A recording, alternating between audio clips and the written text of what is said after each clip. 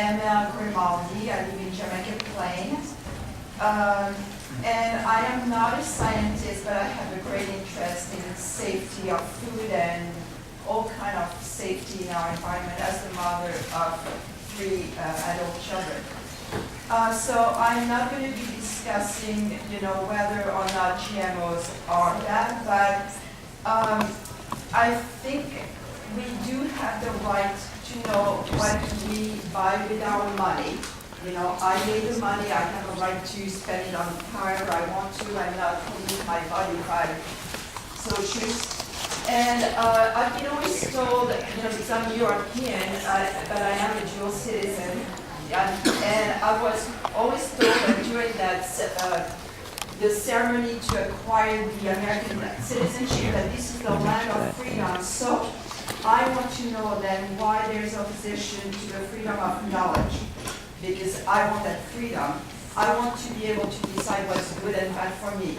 I have as much of an intellect to decide as Mr. Craig Costa, which brings me to some questions I had for him. But so the people know, and I'm sure you all know, for me, this was a flashback being here. It's a flashback to being here about 20 years ago, arguing against the makers of Alar on our apples. And the arguments were the same. We were going to destroy the apple economy. Alar was safe. The FDA had deemed it safe. Well, it's not anymore. So it's a repeat performance of a repeated history. Now, quickly, why Europeans have rejected GMOs? Because they've known much earlier than Americans. Years before they were told, they informed themselves and they said, no, thank you. Sorry, going through my quick notes, because to me it just seems also like hearing Philip Morris defending the industry, or we heard about the plastic man earlier on, the pesticide, they're all the same. They're the corporation versus just the people. So like I said to my friends, follow the money. Why are they arguing with us that it's good for us? And I forgot the name of the representative that came and testified about her allergies for food. And here again, when Mr. Costa is telling us that a modified food is the same, give me a break.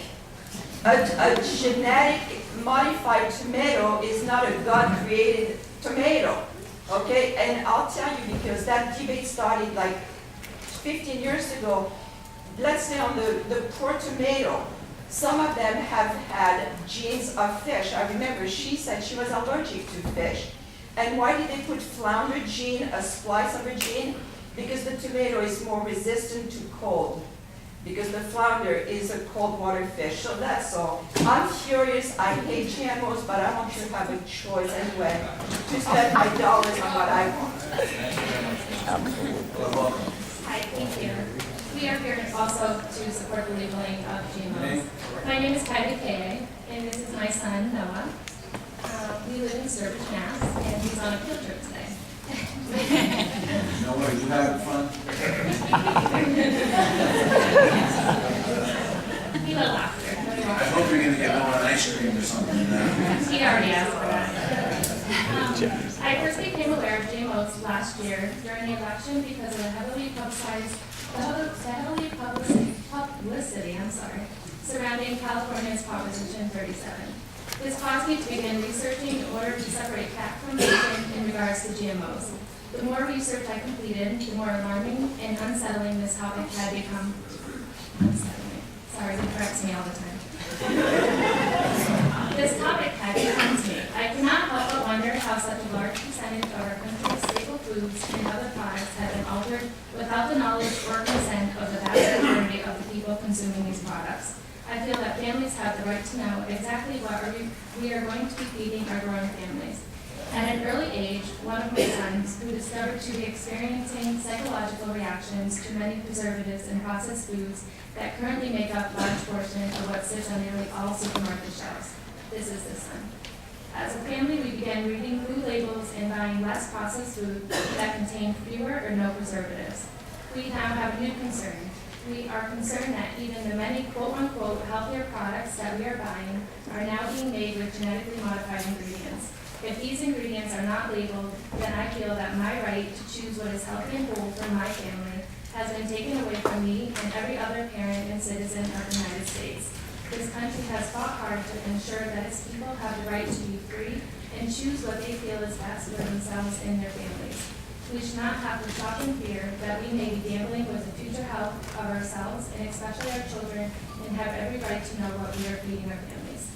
More than 50 countries that label or even ban the cultivation of GM crops. I feel that the mandatory labeling of all products containing genetically modified ingredients is one of the first and most critical steps that our country can take to show their concern for the health of its citizens. Thank you so much for this hearing and allowing me to speak. Thank you very much. Well, we need your job as a speech writer. Thank you. Thank you. Mr. Chairman, committee members, with your permission, I'd like to speak on behalf of Linda Jenkins, who is unable to be here at the moment. She's a colleague of mine as a person of faith. My name is Laura Hoke, and I'm a Unitarian Universalist minister serving the congregation in Andover, Massachusetts. And I'm here as a person of faith. I feel compelled to speak in favor of labeling GMO foods and products. Every person, we say in our tradition that every person has inherent worth and dignity. Every human life is sacred and deserves to be protected from adverse health impacts. We are part of the interdependent web of all existence, what some call God's creation, and each part connects to all parts. When you change one part of the system, you impact all parts. As people with inherent worth and dignity, we should have the dignity of knowing what we're eating. Some people of faith are kosher, some are halal, some are religious, vegetarians, and vegans. In this instance, we're talking about knowing whether or not you're eating, as someone just said, a God-made tomato or something genetically modified. It seems to me to be a basic human right to know what you're eating. We don't know for sure. Of course, all the studies are still being done by everybody, exactly what GMO foods do and don't do. But it seems increasingly likely that there are health impacts. Therefore, it seems to me the burden should be on those creating GMO foods to at least label them as such. As a Unitarian Universalist minister, I also feel compelled to work for food justice. Currently, GMO products create many food injustices, such as seed monopolies and a lack of freedom and independence for farmers who have to buy this seed. GMO foods have not been shown to increase yields. Instead, they increase profit for large corporations while decreasing the food sovereignty of farmers and consumers. As the 12th century Christian mystic Hildegard of Bingen wrote, "All creation is simple, plain, and good. God is present throughout his creation. Why do you ever consider things beneath your notice? God's justice is to be found in every detail of what he has made. The human race alone is capable of injustice. Human beings alone are capable of disobeying God's laws because they try to be wiser than God. Let us today not try to be wiser than nature. Let us not try to be wiser than what some call God's creation. Let us be wary of genetically engineered foods and mindful of the need for food justice. At a minimum, let us allow all persons to make informed decisions about their health and the health of the planet by requiring the labeling of all GMO food and products." Thank you. Any questions? Thank you very much.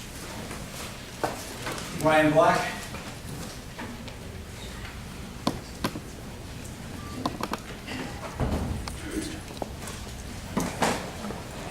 Good morning. My name is Ryan Black. I'm the new chapter director for the Sierra Club of Massachusetts. I have prepared remarks, but I will dispense with those, and I'll address two very quick points raised by the industry representative earlier. An article of clothing has a label that has a statement that says "Made in China, Made in Malaysia."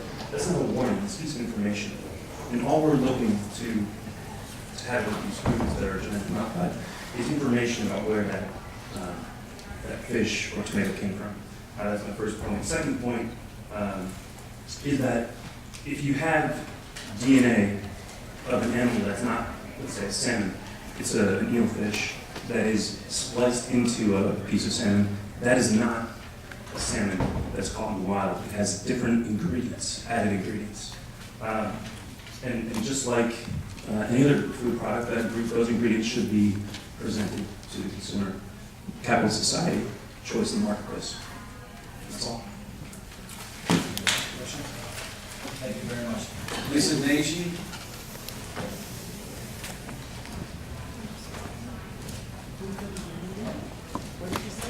Lisa Nagy, sorry if I'm torturing your name.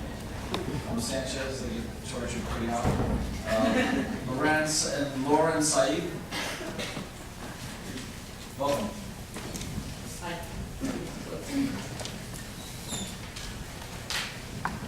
Welcome, speak on that. Should I start first? Go for it.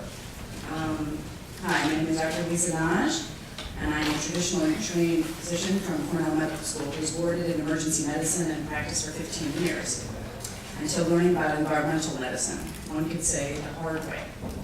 I became environmentally ill and sensitive to foods, chemicals, and molds in buildings about 12 years ago.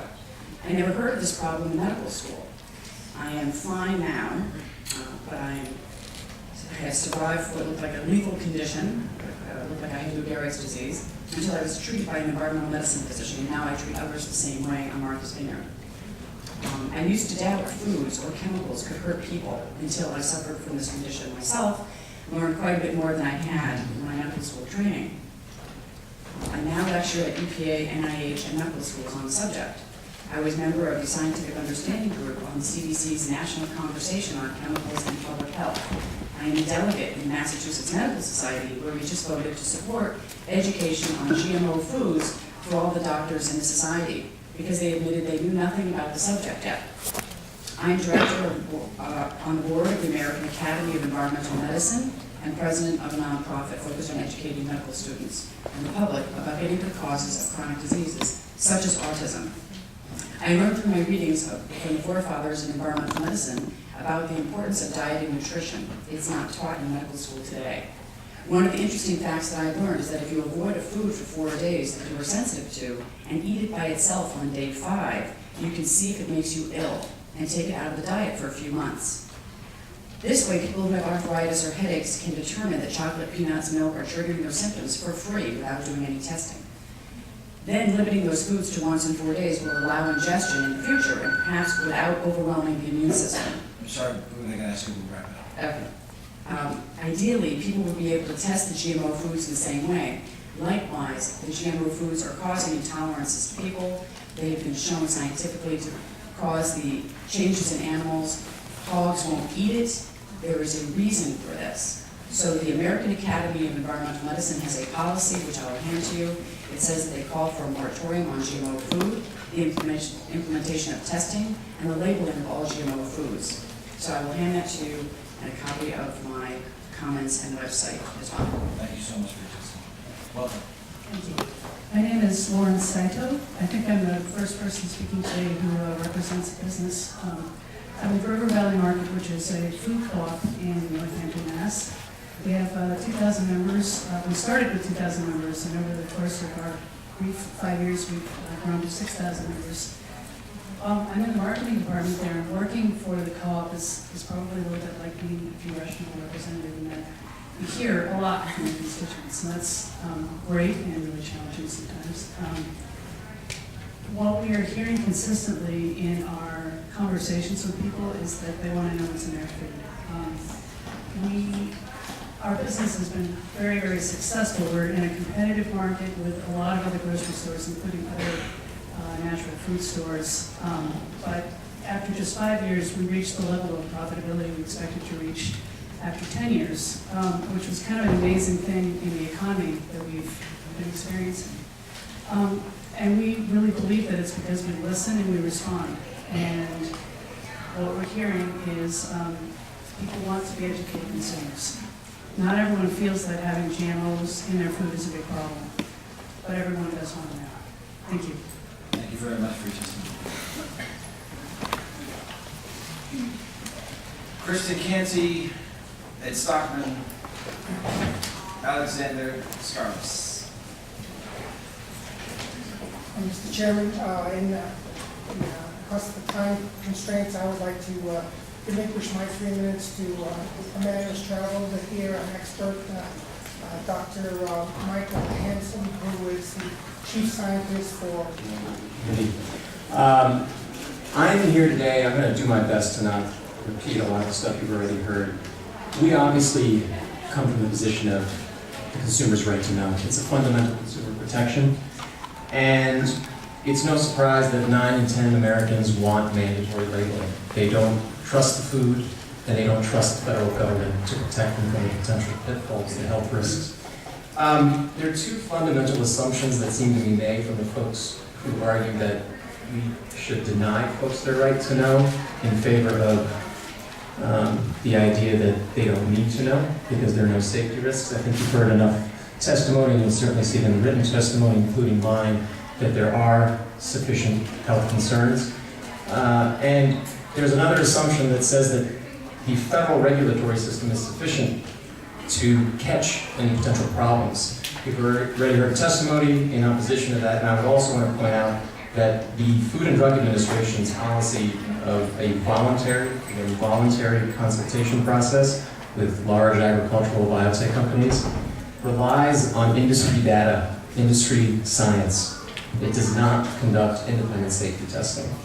And we don't think that's sufficient to protect the American public, and neither does the American public. Finally, I just want to point out, there was a point made about, you can buy certified organic. You can go to the non-GMO labeling project. First of all, as was pointed out, the non-GMO labeling project is voluntary. So I don't think that's sufficient. I don't think we can rely on something that's voluntary, industry voluntary. And as far as the certified organic, I'm going back to grad school in the fall. My wife is a postdoctoral fellow. We hope to have kids someday. Already now, we say, wow, it is really hard from a budget standpoint to buy all certified organic. We try, believe me, I would love to, but it's very difficult. And so I think it's a little presumptuous to assume that the American public at large can just go out there and buy certified organic 100%. Again, I'd love to, just want to emphasize that. So bottom line, all we're asking for is something quite simple, a simple label that provides tremendous consumer benefit in the form of a fundamental consumer protection, the right to know.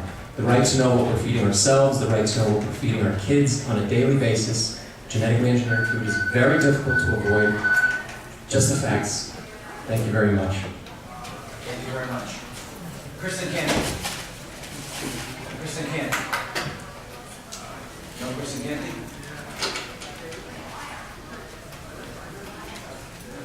Michael Hansen.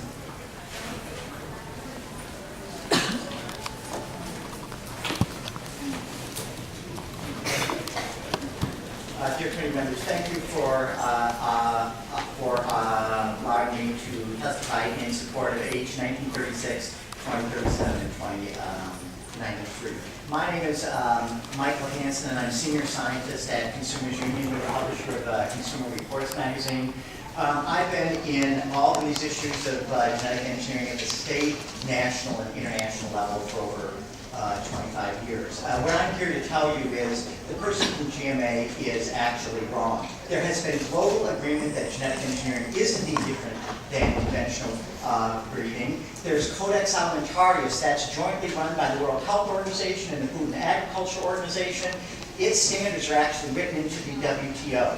After an 8-year process, they came up and said, yes, there's a difference. There should be required safety assessments before these foods go on the market, and they even laid out what some of those assessments might be. I was an international expert at 2 of the joint expert consultations that looked on how you do safety assessments for engineered animals. So there is an agreement that genetic engineering is different than conventional breeding. It turns out that the U.S. is one of the few countries in the world that does not recognize that.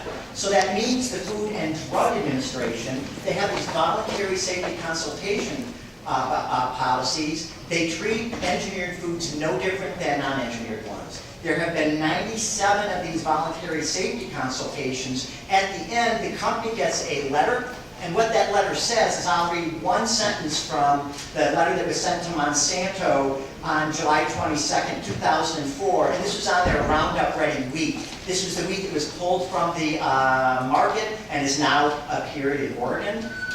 This is the FDA speaking, quote, "Based on the safety and nutritional assessment you have conducted, it is our understanding that Monsanto has concluded that wheat, grain, and forage derived from the new variety are not materially different in composition, safety, or other relevant parameters from wheat, grain, and forage currently on the market, and that the genetically engineered wheat does not raise issues that would require pre-market review or approval by FDA." A version of that sentence is in all 97 letters. The FDA has not made a conclusion about the safety of any of these things. They just say they understand the companies think they're safe. The reason you want labeling is so that you can track if there's some kind of problem. The American Medical Association last year actually changed their policy. They don't support labeling, but they changed their policy to now they quote, "Our AMA supports mandatory pre-market systematic safety assessment of bioengineered foods." So they went from saying that we should be still looking at this to there should be mandatory pre-market assessment. We have 97 crops that have gone through a voluntary. That is not the same as a safety assessment. And in fact, other countries could actually block that. I'll also point out that it took us 19 years, but in 2011, the Codex Alimentarius Commission actually passed a labeling resolution that says countries can decide to label how they want or not in terms of engineered foods. There are now 62 countries that require labeling. There is evidence of safety issues. I don't have time, so I'll just refer to one study. If you could submit. Yes, it's all submitted. You could reference the studies and we'll make sure the staff take a look at it, but I appreciate it, but I gotta catch up because I want to get to Okay. because we're on the clock and you've gone beyond 3 minutes. You're way beyond. I want to try and get some more things. Thank you. Thank you very much. Any questions? Thank you. Ellen, fine.